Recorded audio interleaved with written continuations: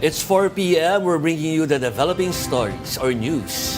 And the stories behind the headlines. This is Storycon. I'm Patrick Paez. And I'm Jove Francisco. Here are some stories we're watching this Tuesday, April 2. Defense Chief Gibot Chodoro calls on Filipinos to not fall into the quote, trap of China of allegedly steering the debate away from its illegal activities in the country's waters. Lately, Beijing has been harping about a so-called gentleman's agreement regarding the BRP Sierra Madre in Ayungin Shoal. Teodoro stressed that the Filipinos must not lose their sight that the main threat is, quote, the Chinese government's illegal activities. The Energy Department allays fears of the public over power outages amid the El Nino. It noted the country has not yet reached its projected peak demand for the year. Meanwhile, the El Nino Task Force said the water level in Angat Dam has not yet hit critical level. And newly appointed Police Chief General Romel Francisco Marbil said there is no need to declare a war on drugs. He added they will continue to uphold the rule of law and will lead by example. So we'll discuss some of those headlines in our program today, Patrick. But joining us in Storycon again is Philippine Star Editor-in-Chief, Amy Pamintuan. Ma'am Amy, good afternoon. Hi, good afternoon, Jove and Patrick. Okay, first question. Amy, what's on the front page of the Philippine Star in tomorrow's paper? Puro init pa rin. Nadagdagan na yung mga nagsuspend ng on-site classes. Dagupan, in Pangasinan, Malolos, Bulacan, saka sa Caloocan and Navotas. Nag-a-adjust sila ng class schedules dahil sa init. Siguro iniiwasan yung tanghali. Pero, ang pinag-uusapan ngayon ng mga tao, ladies, may advice sa atin si former Secretary Janet Garin na para maiwasan yung infection, wag daw magsuot ng underwear sa bahay lang naman. Sa bahay. So that's from that's from the former secretary. Buti si Amy na nag-introduce ng topic na yan. Iniisip namin But we've been discussing that Pero in today's story conference. But the thing is, Ma'am Amy, about 2 minutes ago naglabas or mga 5 minutes ago naglabas ang DOH yung kanilang panawagan din or in-urge nila yung mga kababaihan. Along the same lines. Okay, this time ito, it's official. Specific na kahit hindi sa loob ng bahay, ang ina-advise nila ang mga kababaihan ay magsuot ng cotton made underwear to combat specific conditions like candidiasis, sabi nga ng DOH. Okay. As a former medicine student, Yes. Joey, please explain. Actually, nagtataka lang ako, Ma'am Amy, di ba maski noon pa naman, siguro nung kabataan, di ko alam kung ba't may renewed call from our experts. Nung paalam natin na tayo ay nasa hindi malamig na bansa at ina-advise talaga na cotton talaga tayo. May mga advertisement pa ng mga bata tayo na cotton talaga yung pinapagamit na material for hindi lang outerwear, pati yung pangloob. Karsunsilyo nga tawag, di ba? Kasi nga malakas tayo magpawis, di ba? Malakas magpawis sa init So, any moisture ng infection. Yeah, tinatanong ni Patrick nga kanina yun. So, why is it specific to women? Specific to, basically kahit sa lalaki or sa babae din sa Pilipinas. Tama si Ma'am Amy, pawisin tayo at every time na may moisture,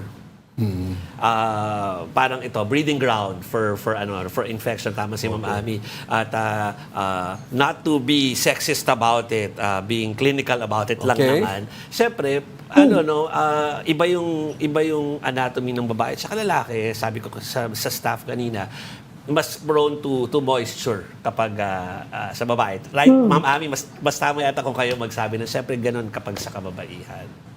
Oo nga. Yun ang ang advice. Pati si Ted Herbosa, DOH Secretary, kumarap sa Senate, yun din ang advice niya. Yan nga yung message ng DOH na magsuot daw ng cotton underwear sa labas. Yeah. Pero yan, napag-usapan nyo yung mga hindi babae, hindi nagsusot ng underwear. Ako, as far as I know, natatandaan ko may mga report na si Miss Universe natin, dating Miss Universe natin, si Gloria Diaz, alam ko hindi siya nag-underwear. Ewan ko kung hanggang ngayon ginagawa niya yan. Ha? I don't know if it's for health reasons o talaga lang gusto niya ganun eh. Merong mga ganung babae. Ewan ko yung generation niya, alam niyo naman yan. Yeah. Mga 60s generation yan eh. Yeah. Baka may iba silang pananaw sa pagdadamit, sa nudity. Yeah. Ayan, siguro may mag-interview din tayo ng tungkol sa ganyan. Yeah, it's about it's about the fabric din talaga. Sa totoo lang, Yes. Ma'am Ami and You Tito mentioned a Patrick. while ago na dati naman cotton talaga ang, Oo, nauso. ang ginagamit. Kasi there's parang sabi nila may connotation of parang sexiness kapag yung What's other material yung mga ba? nylon or yung Nylon. mixture of cotton yan, and stuff parang sabi nila mas sexy yung feel pero parang safe way talaga kung babasihan natin. Especially, I guess talaga is cotton. it's also related to the heat. The heat levels that we're Yes. experiencing. Halos kahit may aircon, mainit pa rin. Yes. You know, Ami, this office, I'm sure your office too, bagong-bago yan. Malakas pa aircon dyan. Pero dito kami, I have to tell you, you see this heat, this glass Yes. behind us, Tumatagos yan. titirik yung araw ngayon. So kahit naka-coat kami ni Jove, mainit mag-coat. Pero Kahit yung may mga aircon. synthetic fabrics, they intensify the ambient temperature. Yeah. So kung malamig, kung aircon, mas malalamigan ka. Saka kung nasa labas ka, mainit, mararamdaman mo talaga yung init. Kasi meron din ako mga gano'n na mga synthetic fibers na damit. Paglabas mo talaga mararamdaman mo, sobra talaga. Kaya tama yung DOH, magsuot po tayo ng cotton. Not only underwear, pati pantas. Okay. Para nakakahinga lang yung katawan natin. Di ba yung mga farmers, ang suot nila yung yung chino, kamisag chino? Yes. That's cotton eh. That's cotton. That's cotton kahit long sleeve siya. malamig siya sa Makadagdag lang ako katawan. ng tip para sa mga lalaki. A while ago dito sa Afternoon Delight, guest ng mga kasama natin nila Lourdes at nila Denise, was a Grab rider. So Yes. they were asking, how do you, they're out in the street the whole day, riding around kahit tirikang araw. So what are the useful tips? Ako, isang observation lang. Mahilig ngayon yung mga rider natin mag-helmet ng itim. Kasi Mag-jersey ng itim. Tama. They trap the heat. Yeah. So siguro mas practical din for the riders para sa mga lalaki, puting helmet ata mas nararapat. Sila pinoprotect nila yung yung katawan. Hindi lang naman yun for cosmetic or kaartehan yung ayaw ko umitim. Pero kasi it will cool you down. Na sila naka long sleeves pero yung nila sigurado na breathable yung Breathable. yung Pero it would help kung hindi itim. Yeah. Ganun pa rin, di ba? That's it, Because the black collar kind of retains heat. Alam natin yan. I drive a Kasi- black kasi car hindi- and it's very hot. Ngayon, ang init sa kotse pag itim. Magtubig. Sabi Yan, na ng mga oo. doktor, magtubig. Yes. Yeah, magtubig. Hindi ng lang marami. naman pati sa pagpapawis yan, di ba? May impact. Ako, doctor, ex-former Dr. Jove, di ba may impact din siya sa heart eh? Di ba? Warning yun din yan eh, yung heat Circulation. stroke. Yeah, Pag yeah. nahihirapan kang huminga, may impact sa heart so kung may problema ka lalo sa heart mo, Yeah. delikado yung sobrang init. Correct. Saka dapat alam nila, yung basic, maski nung bala tayo alam natin yan, yung mga oras na manahimik ka sa bahay or sa office mo, huwag kang lumabas kasi yun yung time na sobrang or matindi yung sikat ng araw at you're prone Yes. to na ma-heat stroke o kaya ay at least ay yung iba nagfi-faint sa sobrang init talaga. Okay. Ami, Yes. matanong ko lang, does the Philippine Star have, will it be carrying this story in the West Philippine Sea on its front page? Is there an Yes, item there? iniintay pa somewhere? namin yung details. Nagkausap daw yung mga national security advisors ng US saka sa atin. Tinitingnan pa natin yung kalalabasan ng final story. Of course, they discussed the West Philippine Sea. And tuloy-tuloy pa rin yan. That's a developing story. Sabi niya, iniintay ko rin yung follow-up dun sa sinabi ni Defense Secretary Gibocho Doro na he's warning of a China trap. Para daw ma-distract tayo. Siguro, I guess it's related to disinformation. So, iniintay ko pa rin yung details May ng quote ba story tayo na yun. doon? I think. We have a code, but I think he was referring to Another topic. Well, Gibocho Doro was referring to the tendency of the Filipinos right now. Pinagtatalunan, sino ba nagpayag o who was involved in this gentleman's agreement to tow away One Nagiging story, ano, one version coming from China is that there was an agreement on the part of the Philippine government to tow away BRP Sierra Madre. So I think as a result, medyo nagkaroon ng guessing game, nagkakaturuan, ano? Yeah. Was it the Duterte administration? Was it the previous not the, ang usual suspect dyan is the Gloria, GMA administration. At saka yung before her. And then we have somebody pointing the finger at the ERAP administration, which is strange because they were the ones who put the BRP Sierra Madre there. Yeah, na sinabi sa atin, Ma'am Amy, ni former SND Orly Mercado, former Senator Orly Mercado, nung siya pa yung nakaupo doon, na nangyari yun sa oras nila na doon nila nilagay. So nakakapagtataka na sila rin nangako na tatanggalin. Yeah. Well, it's not impossible, but it's just unusual. So if you can read a quick quote from the Secretary of National Defense, Gibo Chodoro, his open letter to our fellow Filipinos, while we realize that accountability is important in the issue on whether or not the so-called gentleman's agreement, quote-unquote, was forged with China regarding the BRP Sierra Madre and Ayungin Shoal, we Filipinos must not lose sight of the fact that the main threat to our rights in the West Philippine Sea is the Chinese government's illegal activities. So yun ang lang po punto ni Secretary Gibo Chodoro. Pinagtatalunan natin kung sino bang nagpapayag dyan na ito away yung Sierra Madre. In the meantime, ang talagang punot dulo naman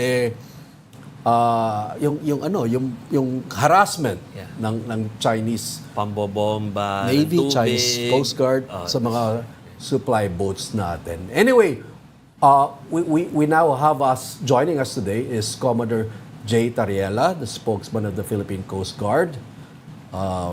Commodore. Good afternoon po. Hello, sir. Magandang hapon po sa inyo, sir.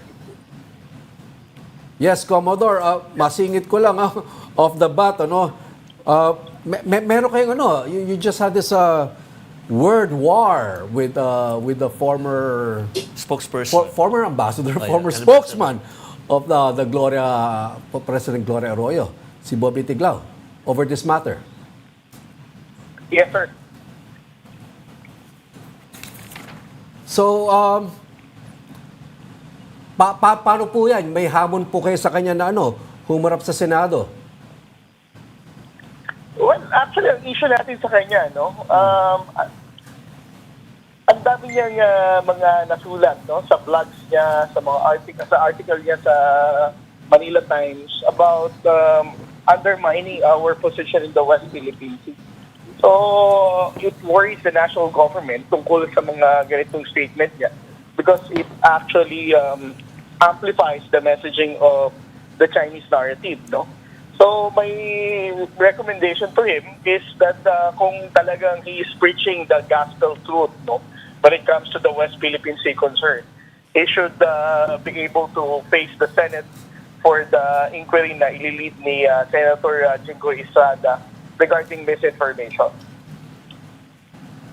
Okay.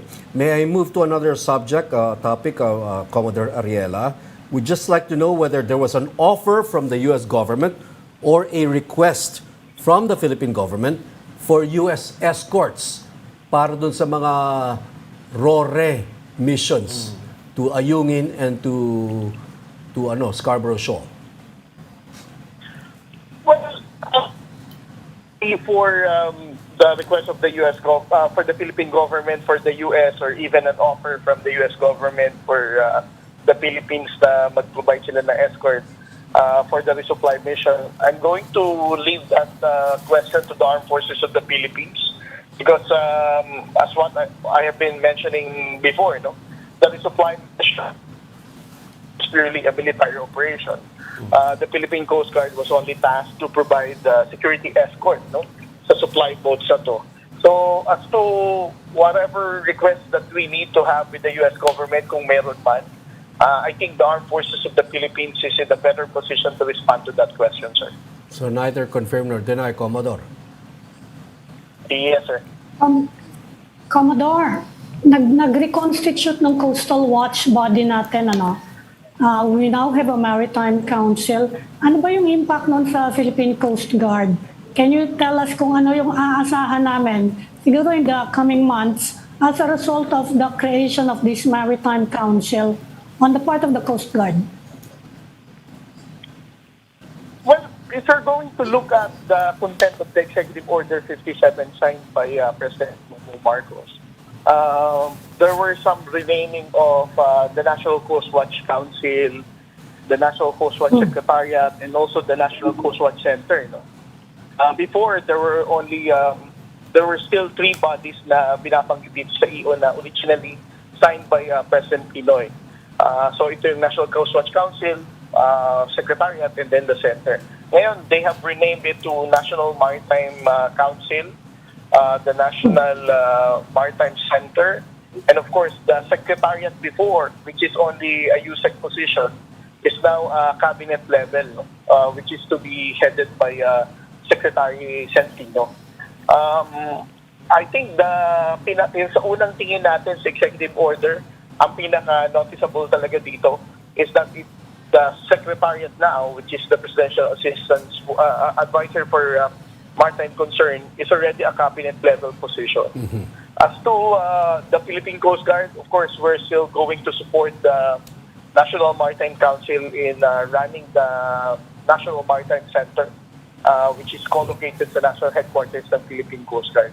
But again, we're still waiting for the implementing guidelines of the executive order for us to have a much more thorough understanding of the executive order. Commodore, prior Pero to Commodore, maasahan ba natin, Commodore, na lalakas yung capability ng Coast Guard, ng Navy to fend off, halimbawa, yung mga water cannon attack? It's an attack. Yun ba maaasahan natin, given ba yun sa pag-constitute ng Maritime Council? Well, as you can see, ma'am, no, dun sa NTF WPS natin, which is the National Task Force West Philippine Sea, the Coast Guard is part of it, and the Armed Forces of the Philippines as well, chaired by the National Security Advisor, Eduardo Año, na-retain pa rin naman dito sa executive order. So, as to the operational changes na mangyayari and the responses that we are going to have sa mga ganitong harassment ng Chinese Coast Guard or the Chinese Maritime Militia, I don't think na mas mayroong ganyang level ng aggression dahil mayroong bagong body na create. Again, the guidance of the President remains to be the same. We're going to deal with the Chinese Coast Guard or the Chinese Maritime Militia professionally, and we're going to maintain our temper, and we're not going to be the reason of the escalation of tension in the West Philippine Sea. Okay, Commodore, we're watching the videos, itong pag-water cannon sa supply boat ng military, which you are supposed to provide escort for. I just wonder, help us appreciate, Commodore, if there are escorts, okay, whether Navy or I understand Coast Guard escorts to these resupply boats, paano nangyayari tactically at least yung mga ganitong maneuvers na nakakadikit yung Chinese Navy or Chinese Coast Guard pala, and how can the Coast Guard prevent this water cannon attacks? Well, Is it possible? Lahat, no? Is it possible? Even before, basta mag-reach na tayo ng 12 nautical mile distance from Ayungin Shoal, ang gagawin na ng Chinese Coast Guard together with the support of the Chinese Maritime Militia is for them to separate the Philippine Coast Guard vessel from the supply boat. Okay. So kapag na-corral na nila, they were able to trap and limit the maneuverability of the Philippine Coast Guard vessel. That's the time that they're going to bring the supply boat away from the Philippine Coast Guard vessel and also to guide them away, moving farther dun sa Ayungin Shoal. No? And then the moment na separated na sila, that's the time that the supply boat is being harassed, whether they're going to be subject of dangerous maneuver, and then itong pinaka-reason nga is yung water cannon. Okay. This explains kung bakit ang Philippine Coast Guard was not on that actual video, but we have provided the videos showing the reason why the Philippine Coast Guard was not there when the supply boat was being water canned. Oh, that's perfectly understandable now, or clear, Commodore. But I just wonder, Commodore, given that this is China's tactic or strategy or move or maneuver, in that part. Is there a countermeasure that the Philippine Coast Guard can do or undertake to prevent the supply boat from being overwhelmed by a water cannon attack? Well, right now we are reviewing the operational details for the resupply mission, and unfortunately, I cannot disclose to the public what will be the changes that we're going to execute in the next resupply mission. Okay, pero pinag-aaralan naman po. Yes, sir. Pero Commodore, may balak ba tayong palitan yung mga... Kasi sabi, kaya daw ganyang katindi yung damage sa resupply vessel natin. Kasi it's made of wood. May balak ba tayo na kumuha ng mga medyo bago naman na ship na made of metal para hindi ganyang katindi at saka na hindi na i-injure yung mga crew ng mga vessels natin?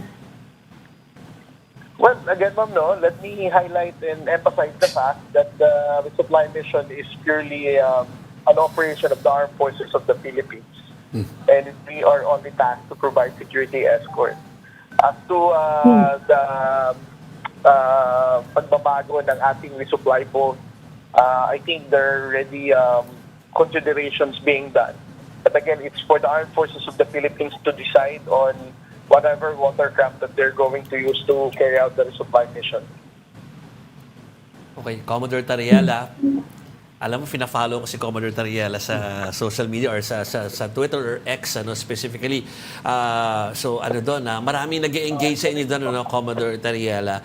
Pero ano yung pinaka-reaction nyo kapag yung interaction with you ay yung accusation na you're war-hungry? Usually nang binabato sa inyo doon sa Twitter. So paano nyo to hinahandle kapag kayo ay binabato ng ganito? Well, una sa lahat, sir, thank you for following me sa Twitter. Pero kung mapapansin mo, sir, hindi ako nagre-respond sa mga trolls. I think the only time that I responded was to the tweet of former Ambassador Tiglao.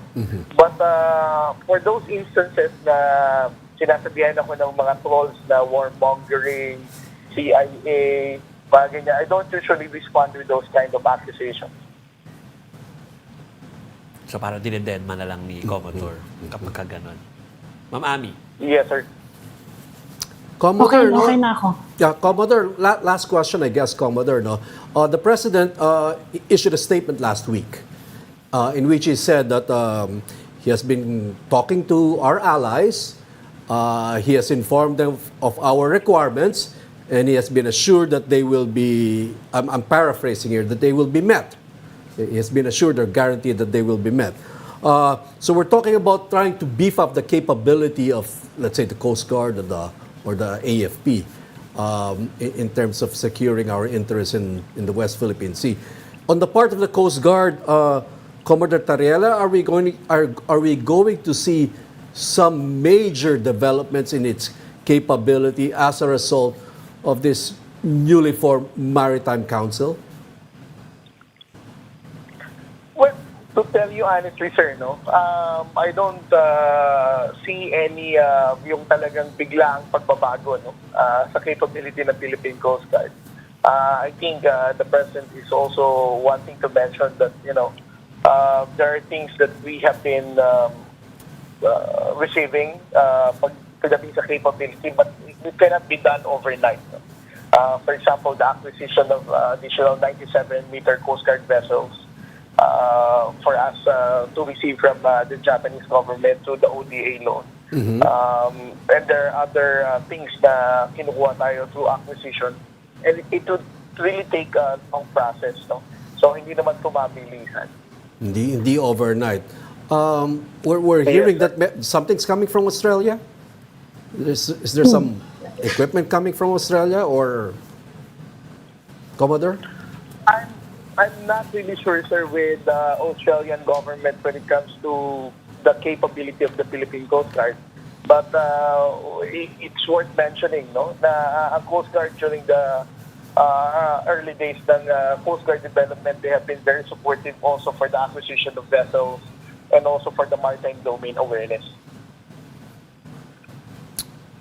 Okay, that was Commodore J. Tariela, spokesman of the Philippine Coast Guard. Maraming salamat po sa oras nyo. Ma- Thank you, Maraming Commodore. salamat po, sir. Maraming salamat po, ma'am. Okay, you're watching Storycon on One News. We just need to pause for a quick break. We'll be right back. This is the Story Conference Group or the Storycon Group.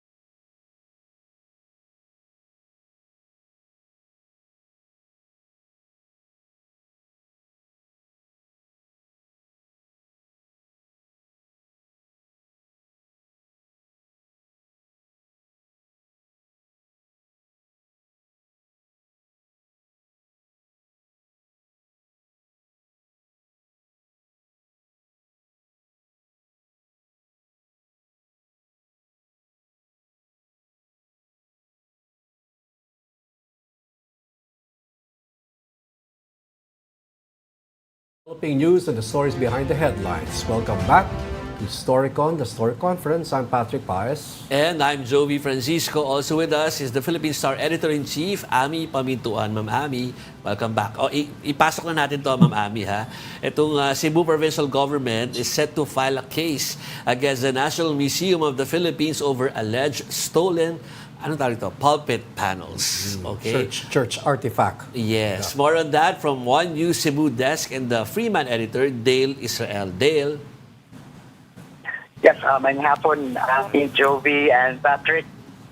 Just came out from a press conference with Cebu Governor Guendas. Actually, the press conference is still ongoing, but what we know so far is that Cebu Governor Guendas has given at least the end of the week for officials from the National Museum of the Philippines to come to Cebu and meet and discuss on the return of the church panels to Boloon. Or else the governor said she will be ready to file the charges against them, in particular for violating the anti-fencing law and among other cases. The governor received a letter today, actually, April 2, from the NP asking the governor to schedule a meeting with her on April 30, since Chairman Andoni Aboitis still has commitment out of the country. But the governor said she wants the meeting immediately, since she will be delicting her duties as governor if she would wait for further days for the meeting. And during the press con, Governor Garcia said that it should be delineated that which can be displayed at the national museums and which ones should be returned. That includes religious items. She said she did not mind if they dug up archaeological findings, but the panels are not archaeological finds, but religious articles that were stolen from the Boloon church. And the Archdiocese of Cebu also in a letter asked the museum to return it to the church and indicated that these were stolen and these were not deconsecrated, meaning these are still religious items that should be brought back to the church, or else it would be a sacrilege to continue it to be displayed in a museum. Back here, guys. Okay, a brief background lang, Dale, about these panels. They were donated apparently to the National Museum by a businessman from Cebu. They were donated only, this is fairly recent, the 1980s they were donated to the National Museum in the 1980s. So this is not like an ancient parang raiding of the old church na kinart away yung mga relic din at dinala sa National Museum. So this is fairly recent if you think about it. 1980s. The 1980s,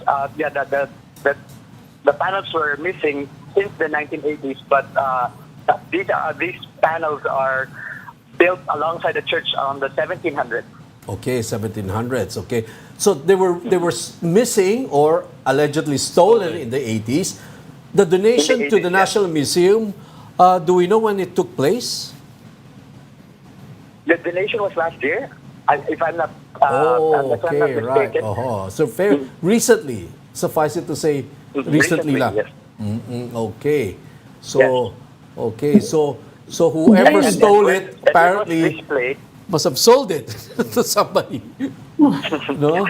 Somebody must have kept it from since 1980s until last year.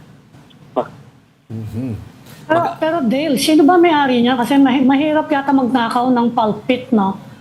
I'm sure may permission yan. Of someone, sino bang in charge dyan sa simbahan? May say ba dyan yung city government, yung local government? Dahil sila ngayon yung nagbabalak magdemanda. Sino may-ari talaga? Sino may-ari ng church? Sino ang pwede authorized to donate to a museum? The parts of the church. The Archdiocese of Cebu claims ownership of the pulpit. Not actually the entire pulpit that is missing. It's just panels, display panels or decorations within the panels. And the Archdiocese of Cebu has asked already the museum to return it to the church and indicated that these were stolen. Okay, yeah, I'm reading a source here from from the internet. They were donated only about a few months ago. They were missing in the 80s Yeah. and they surfaced a few months ago to be donated to the National Museum. So that's and yeah, it's not the entire pulpit. Yung pulpit dyan umakit yung mga pare para Yes. mag-sermon. At itong Kasi mga walang mikropono nung panahon na yun. Tama si Dale, parang dekorasyon to, meaning ito yung mga covering that concrete pulpit. So yun yung mga. Pero ano lang for location And that's purposes. photos of the saints. Yeah. Dale, for location purposes lang for our viewers na hindi hindi alam yung kung nasaan itong tama ba ako ng pronunciation kasi dito sa spelling it's Boljoon pero it's Boloon. Tama ba? Well, yeah, you call Poland. It's about 120 kilometers south of Cebu City. If you travel going there, it's about 3 hours going to Boloon town. It is a really scenic church facing the ocean. Okay. Ano pa ba? Okay, so what case? So sino nga yung may-ari ng church? Kasi sila yung authorized na mamigay ng mga parts niyan for renovation. Yeah. Dahil kung inauthorize naman ng may-ari, hindi siya pwedeng habulin. Who owns the structure itself, the church? The church owns the structure and does everything on it. And what we heard so far, these are talks or chismes from the church that the parish priest could be held responsible for the missing panels. Pero is the parish priest still around? Nasaan na kaya si parish priest ngayon? Like in the 1980s, I'm not even sure. Kaya nga, medyo matagal-tagal na yan. Kaya sino yung madidemanda dyan kung sakasakala? Kasi kung yung National Museum, kung anti-fencing, you're saying it's stolen. Eh kung sabihin na National Museum, dinonate yan sa amin, di tinanggap namin. And what is also indicated in the deed of donation to the National Museum was that these panels were from the Boloon Church in Cebu. So that, according to the lawyers here at the Capitol, does that mean that the donors are actually the owners of such artifacts? Okay, but Dale, are we hearing similar complaints about theft of these church artifacts from the church leaders there in Boloon or in Cebu City? Well, actually, there are also a lot of other artifacts that are missing at the Boloon Church.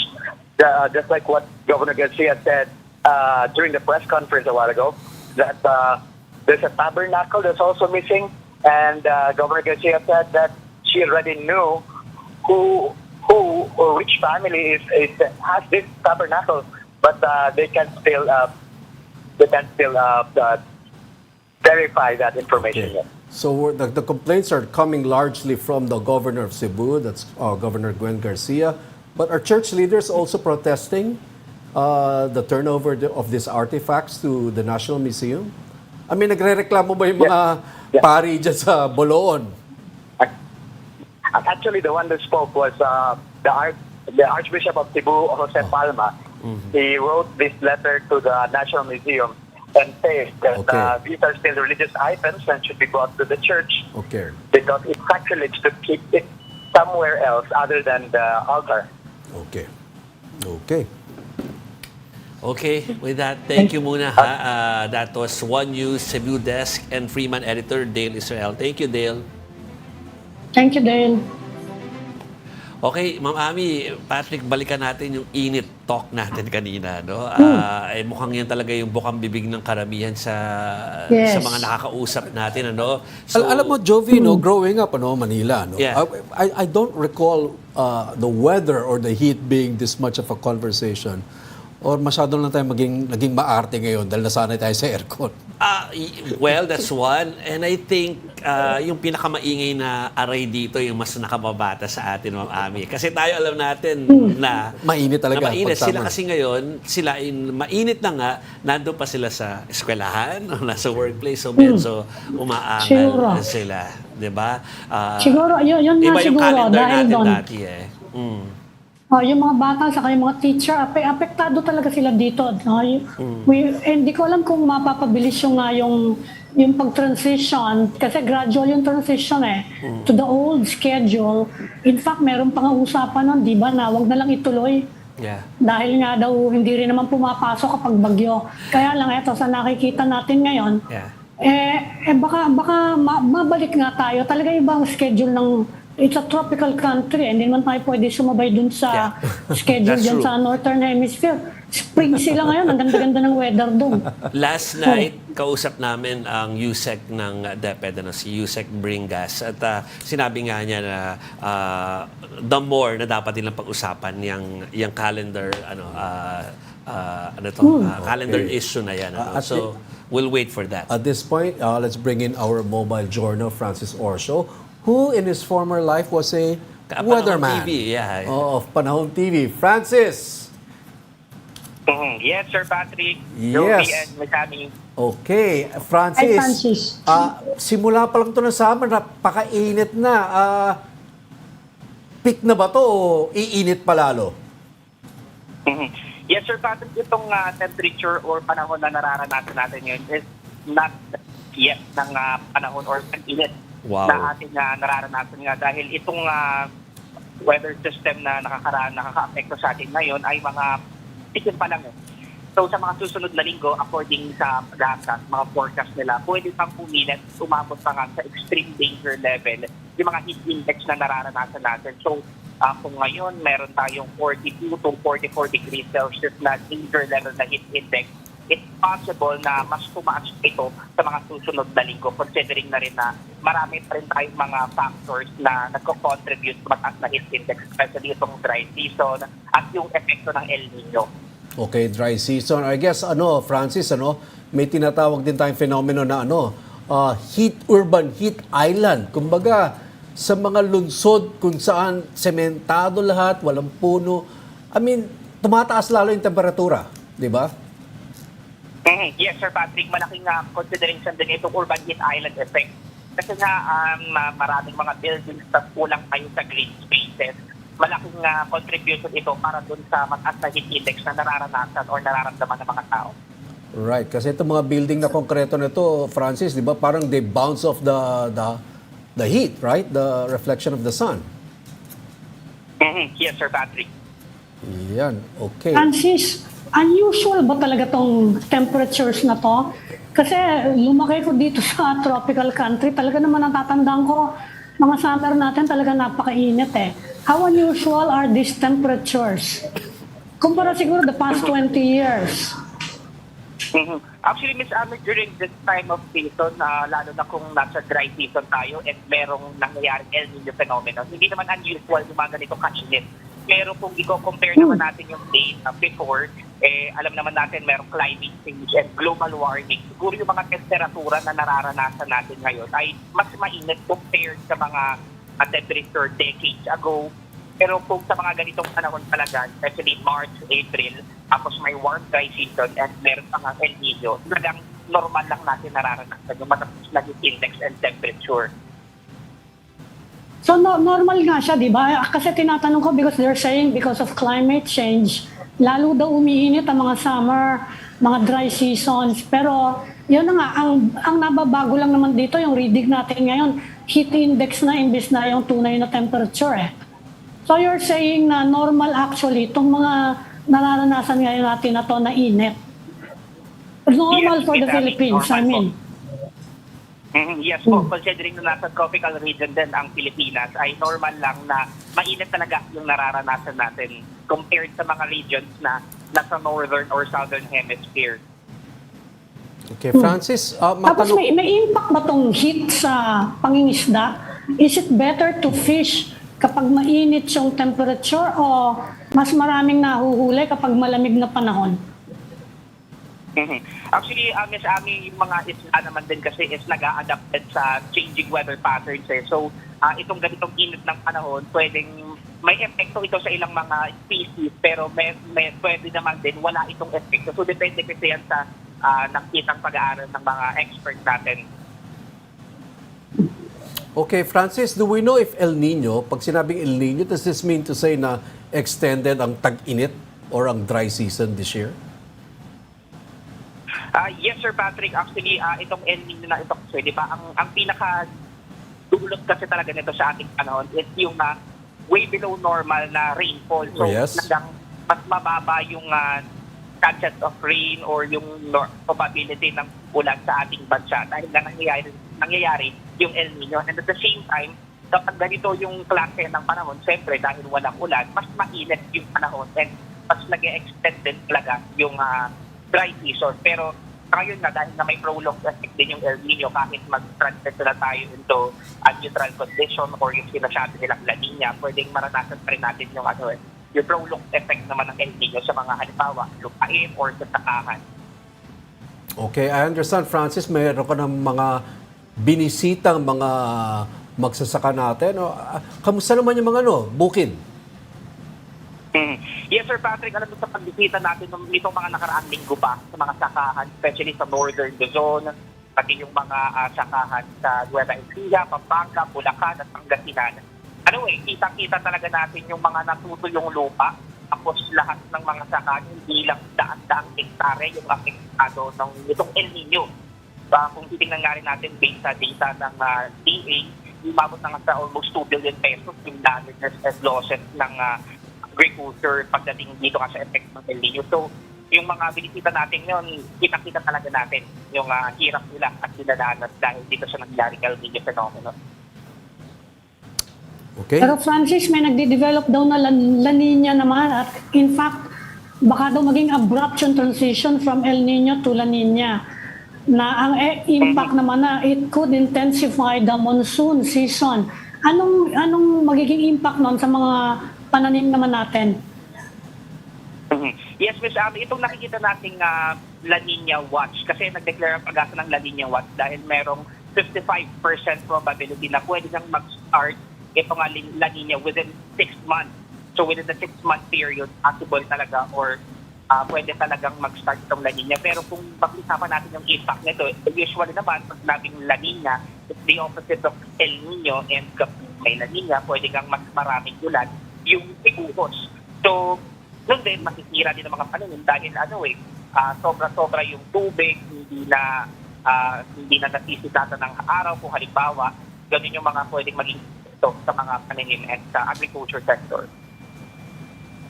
Francis, ano yung nakikitang dahilan kung bakit magkakaroon ng maagang La Nina?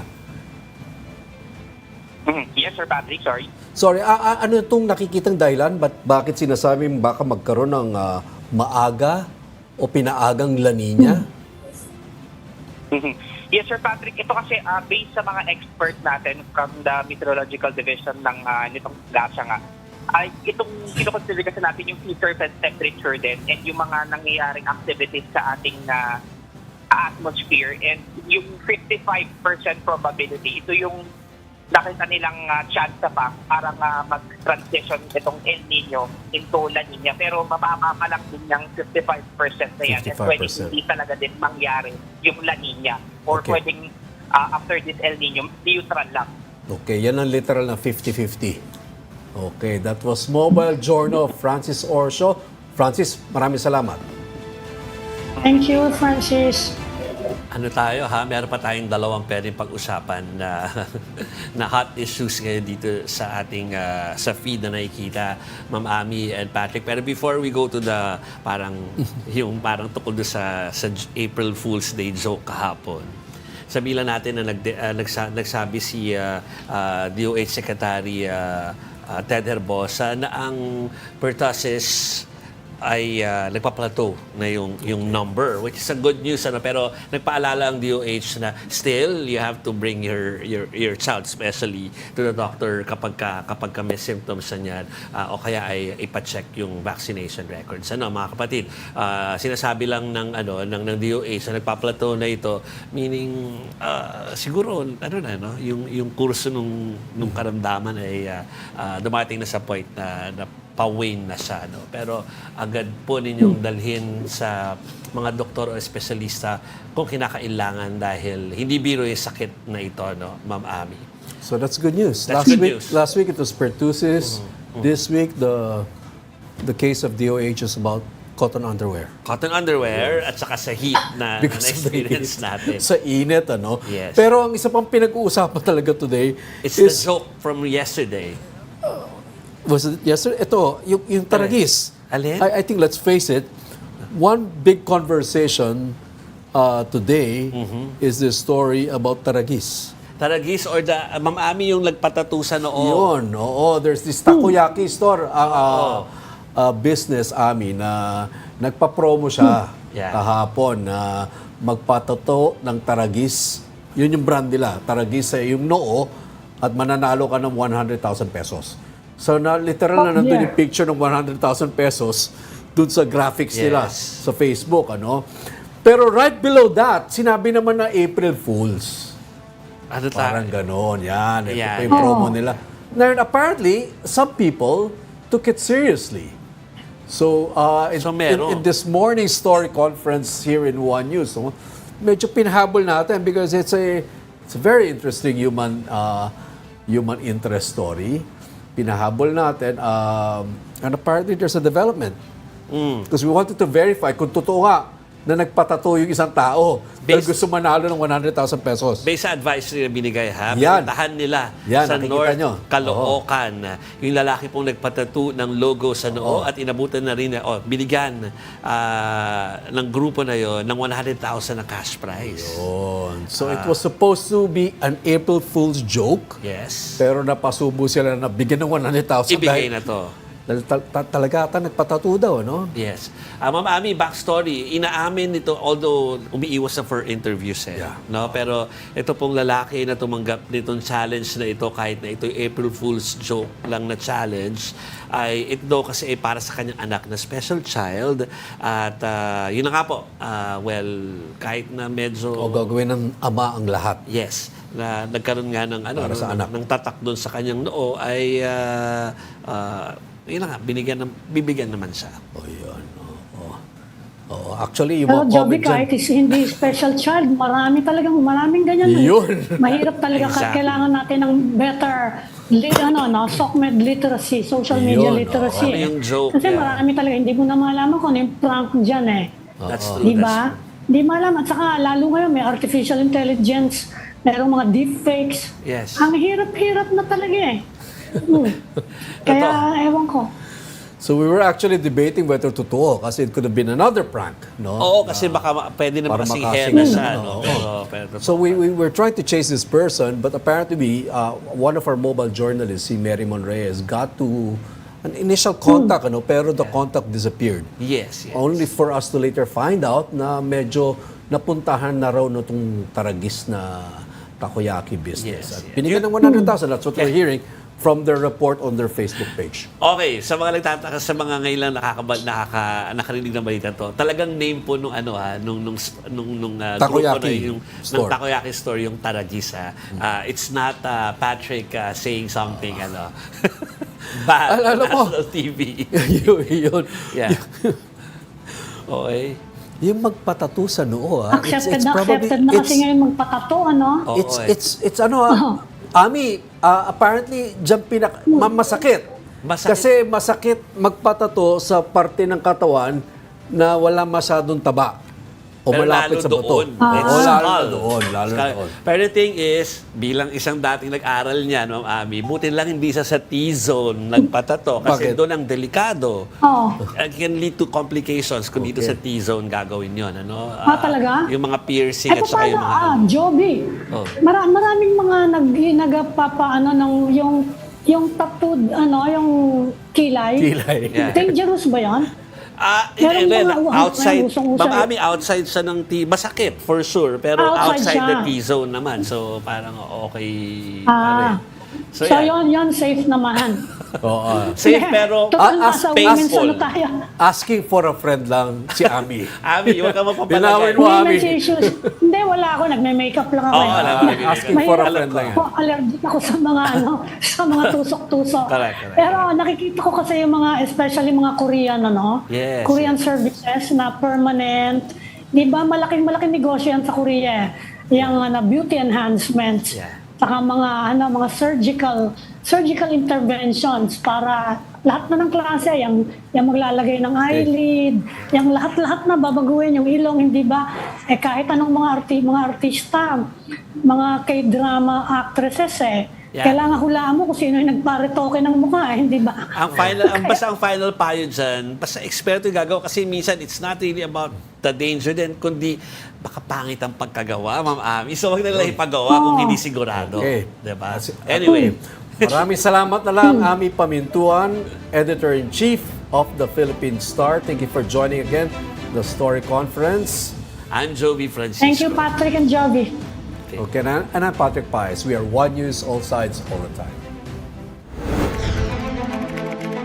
This is the Story Conference Group or the Storycon Group.